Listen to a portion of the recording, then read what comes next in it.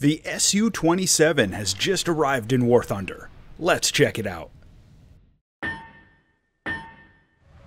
When the Soviet Union first learned about some of the advanced American fighter projects that were under development in the early 1970s, they knew that something new would be needed in order to compete. Military planners started working on the technical requirements for a new fighter, while SAGI, the Soviets' main aerodynamic research lab, got to work on the overall layout for the new airframe. Eventually, the Soviet leadership realized they were going to need two fighters to meet some of the competing requirements they were working with, which resulted in the Sukhoi Design Bureau developing a larger, longer-range fighter, while the Mikoyan Bureau worked on a lighter, short-range fighter. These two new aircraft, the Su-27 and MiG-29, used the same aerodynamic research in their design, which is why these two jets bear a superficial external similarity with their general shape and layout. The first prototypes of the new Sukhoi plane, called T-10 in testing, revealed a large number of problems and technical challenges, as the new jet was more ambitious than any aircraft the Soviets had attempted before. There were a lot of issues with the all-new fly-by-wire control system, the radar, and some aerodynamic problems that all needed to be resolved. After a very protracted development period, the first Su-27s entered limited service in 1985, and after operational experience helped resolve the last remaining issues with the jet, it was fully cleared for widespread operations in 1990.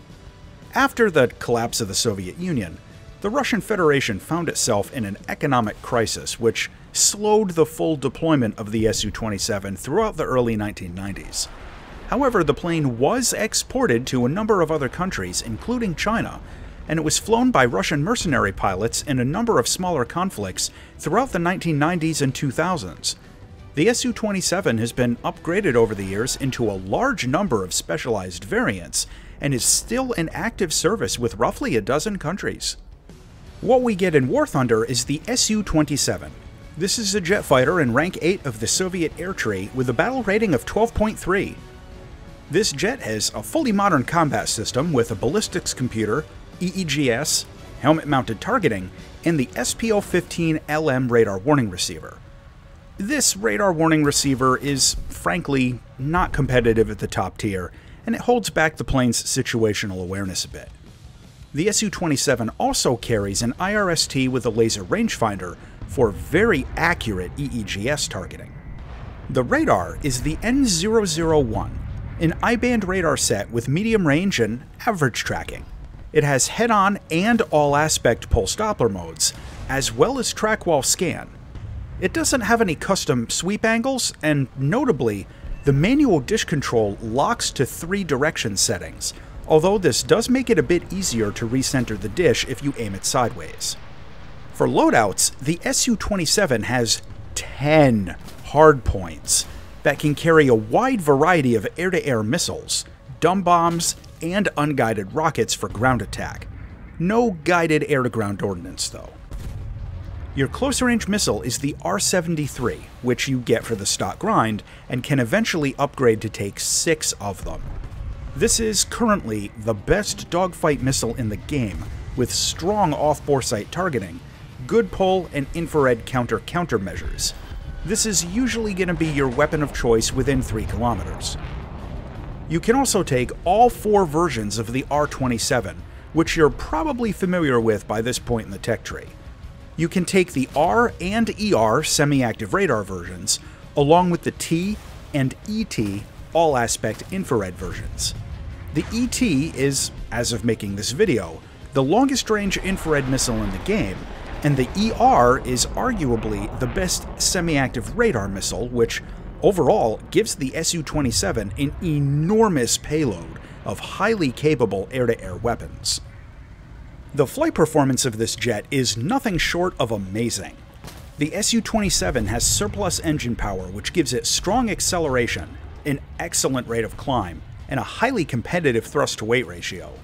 After takeoff, you can fly this jet almost vertical in a clean configuration. One important detail to be aware of is the lack of external drop tanks and the overall fuel management. The jet's engines are incredibly strong, and also surprisingly fuel efficient, which kinda informs your starting fuel preset choices. The Su-27 can carry a huge amount of fuel, and that fuel is heavy. So, like the F-15, this is a jet that's going to feel very different flying it with full tanks compared to half-empty tanks, especially at low speed. Over time, you're going to want to consider trying to time your fuel burn to match when you expect to find combat a little bit more carefully than in earlier Soviet jets.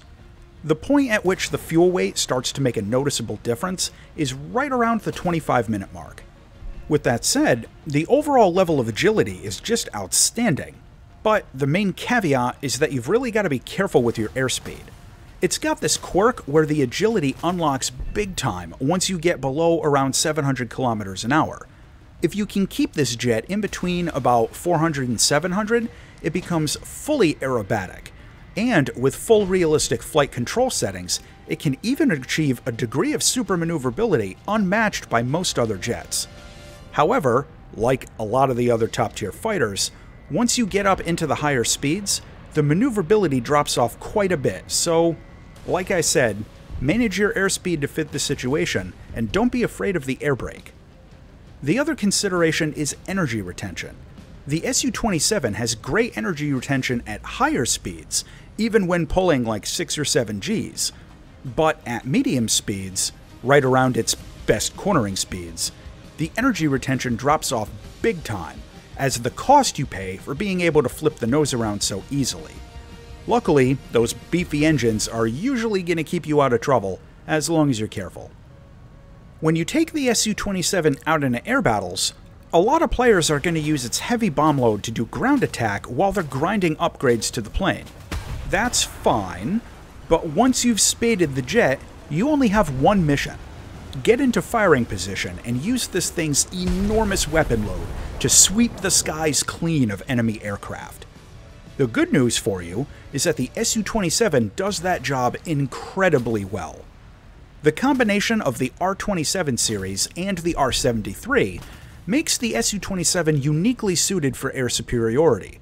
You can fire off a long-range missile at the start of almost every engagement, and this is actually a really good tactic carried over from active radar missile tactics, as you can force the opponent into defensive maneuvering before you're in practical engagement range of their weapons.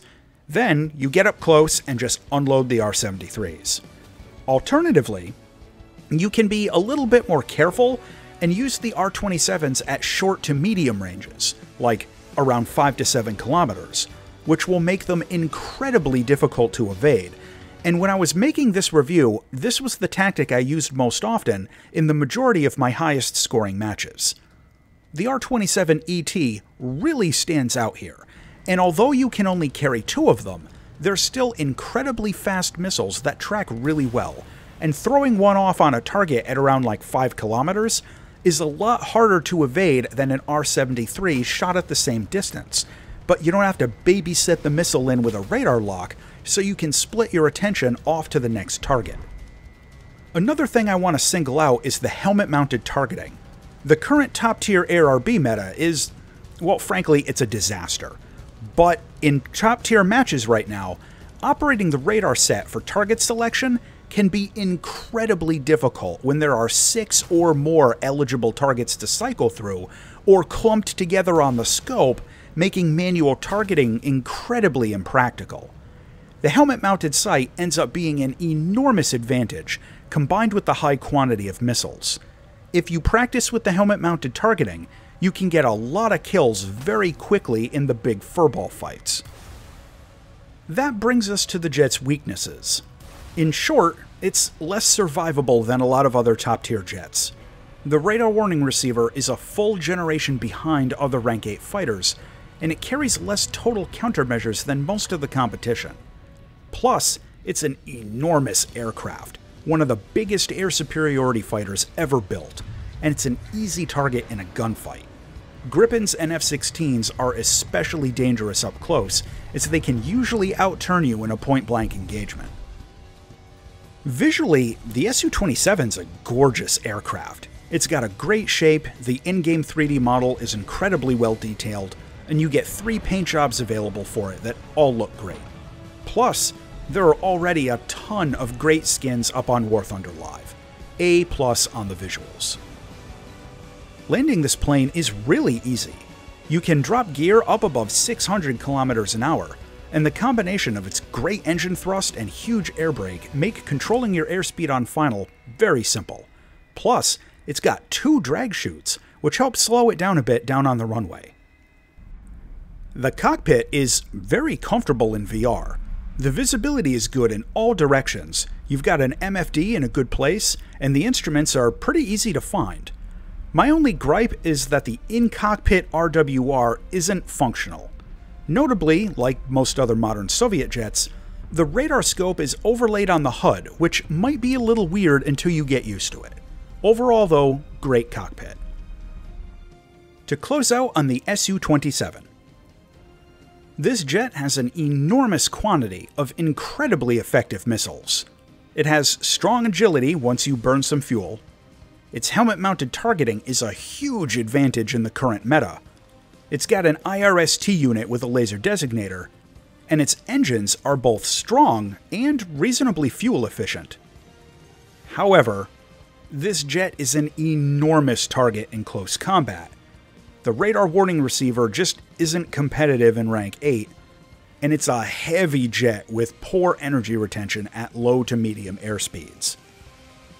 The final verdict on the Su-27 is simply that this thing is an absolute monster in the top-tier air battles meta at the end of 2023. While some smaller jets can usually outperform it in a strict one-on-one engagement, it has the weapons and the performance to dominate War Thunder's current game modes. Of course, if and when more active radar missiles get added, all of this might change. As always, thanks for watching.